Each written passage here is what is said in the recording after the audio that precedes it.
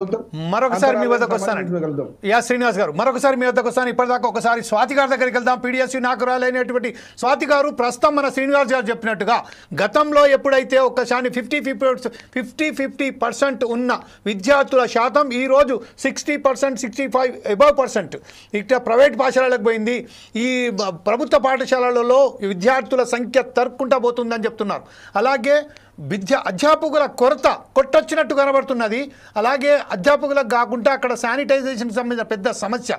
మహిళల విద్యార్థినుల పట్ల ఎంత చులకన ఉన్నదంటే ఈరోజు ఎక్కడ కూడా వారికి వసతులు లేవు. తాగినట్టు ఇప్పుడు మీరు రాకముందు చెప్పింది మనం ఎంత % ఉన్నది, అక్కడ విద్యార్థులకు సంబంధించిన టాయిలెట్స్ ఎట్లా ఉన్నాయో, నీళ్ళ సౌకర్యం ఎట్లా ఉన్నదో దానికి సంబంధించిన ప్రతి ఒక్కటి మనం ఒక స్ట్రాటజికల్గా చెప్పడం జరిగింది. ఈ విషయంలో మీరు యాజ్ ఏ పీడిఎస్సీ నాయకురాలిగా మీరేమంటారండి? ముందుగా 4 Sides టీవీకి డిస్కషన్ ని ఆర్గనైజ్ చేసినందుకు ధన్యవాదాలు తెలియజేస్తూ, అట్లానే నా కో ప్యానల్ మెంబర్స్ అందరికీ కూడా రెస్పెక్టెడ్ సర్స్, అట్లానే కో విద్యార్థి నాయకుడు జంగిలి దర్శన్ గారికి అందరికీ కూడా నమస్తే.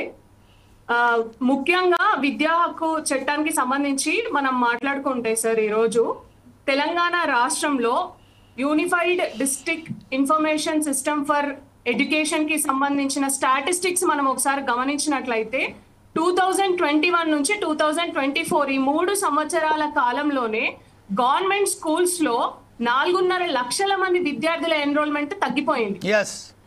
మనం ప్రైవేట్ స్కూల్స్ లో చూసుకుంటే అదే 3 సంవత్సరాల కాలంలో 5,80,000 మంది విద్యార్థుల సంఖ్య, ఎన్రోల్మెంట్ సంఖ్య పెరిగింది. ఎందుకు ఈ డిఫరెన్స్?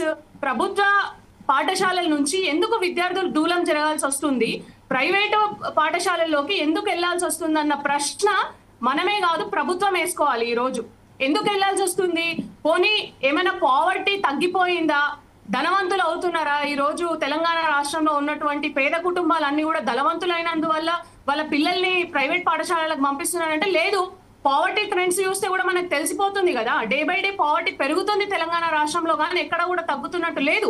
మరి పేద విద్యార్థులు అందరూ కూడా ఈరోజు ప్రభుత్వ పాఠశాలలకు దూరం అవడానికి కారణం ఏంటి అంటే ఈరోజు మన కళ్ళ ముందు కనిపిస్తుంది.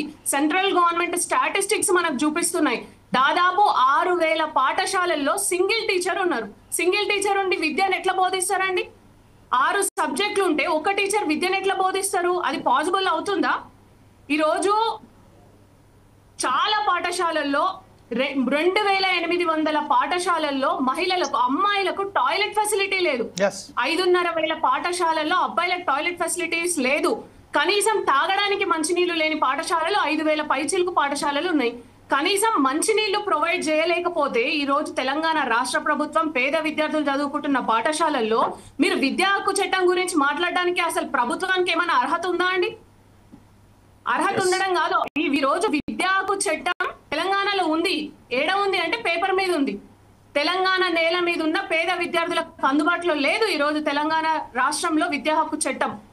దీన్ని మేము తీవ్రంగా ఖండిస్తున్నాం. ప్రభుత్వాలు పేద విద్యార్థులకు విద్యను అందించే వైపుగా మీరు దృష్టి పెట్టాలి. ఈ రోజు ఇందాక సార్ చెప్పినట్టు మనం బడ్జెట్ ట్రెండ్స్ ఒకసారి చూసుకుంటూ ఉంటే డే బై డే తగ్గుకుంటూ పోతుంది, కానీ పెరుగుతున్నటువంటి దాఖలాలు లేవు. ఆ పథకాలు ఇస్తున్నాం, ఈ పథకాలు ఇస్తున్నాం, ఎంతో మంది విద్యార్థులకు చేయూతను ఇస్తున్నాం అంటే డ్రాప్ అవుట్స్ ఎందుకు ఉన్నాయి? ఈ రోజు మన స్టాటిస్టిక్స్ చూపిస్తున్నాయి 12% హైయర్ ఎడ్యుకేషన్ లోకి విద్యార్థులు వేయట్లే. హై స్కూల్ కి, ప్రైమరీ స్కూల్లో చదువుతున్న విద్యార్థులు హై స్కూల్ విద్యకు చేరుకోవట్లేదు. 12% డిక్లైన్ అయిపోయింది. ఎందుకు డిక్లైన్ అవుతుంది? ఈ పేద విద్యార్థులు విద్యకు దూరం అవ్వడానికి కారణం ఎవరు? ప్రభుత్వాలు కాదా? ఎవరు బాధ్యత తీసుకోవాలి దీనిపైన? ఈ రోజు మేము సామాజిక తెలంగాణను నెలకొల్పుతాం, ప్రజల తెలంగాణను నెలకొల్పుతాం. ఎట్లా నెలకొల్పుతారు? విద్యార్థులను విద్యకు దూరం చేసి మీరు నెలకొల్పుతారా? ఇప్పుడిప్పుడే విద్య పట్ల కొంచెం అవగాహన వస్తున్న వాళ్ళు, విద్య గురించి, విద్య ఇంపార్టెన్స్ తెలుసుకుంటున్నటువంటి ముఖ్యంగా ఆదివాసీలు, పేద విద్యార్థులు, గ్రామీణ విద్యార్థులు ఈ రోజు జార్జ్ రెడ్డి పీడిఎస్యూగా మేము అనేక సంవత్సరాలుగా ప్రతి సంవత్సరం విలేజ్ క్యాంప్ ని, గ్రామాలకు తిరగండి అనే కార్యక్రమాన్ని ఏర్పాటు చేసుకొని వెళ్తున్నాం. ఉట్నూరు గ్రామంలో కానీ లేదా భద్రాద్రి కొత్తగూడెంలో ఉన్నటువంటి అనేక ఆదివాసీ గూడాలలో కనీసం 10th క్లాస్ వరకు కూడా యూత్ చదవట్లేదు. పిల్లలు ఎవరు కూడా ఎందుకు చదవట్లేదు అంటే మా స్కూల్లో ఫెసిలిటీస్ లేవంటున్నారు.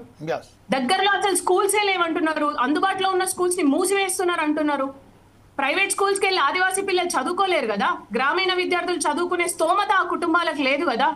మరి పేద విద్యార్థులను విద్యకు దూరం చేస్తున్నటువంటి దౌర్భాగ్యం ఎవరికి చెందుతుంది? అది తెలంగాణ రాష్ట్ర ప్రభుత్వమే ఆలోచించాలి.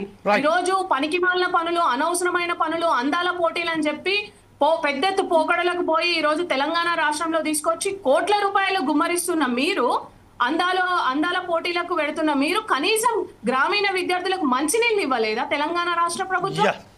టాయిలెట్ ఫెసిలిటీ ప్రొవైడ్ చేయలేని ప్రభుత్వాలు ఒక ప్రభుత్వాలేనా? రైట్, ఇదే విషయంపై ఒకసారి మనం లక్ష్మణ్ మరొకసారి వస్తాను స్వాతి గారు మీ దగ్గర.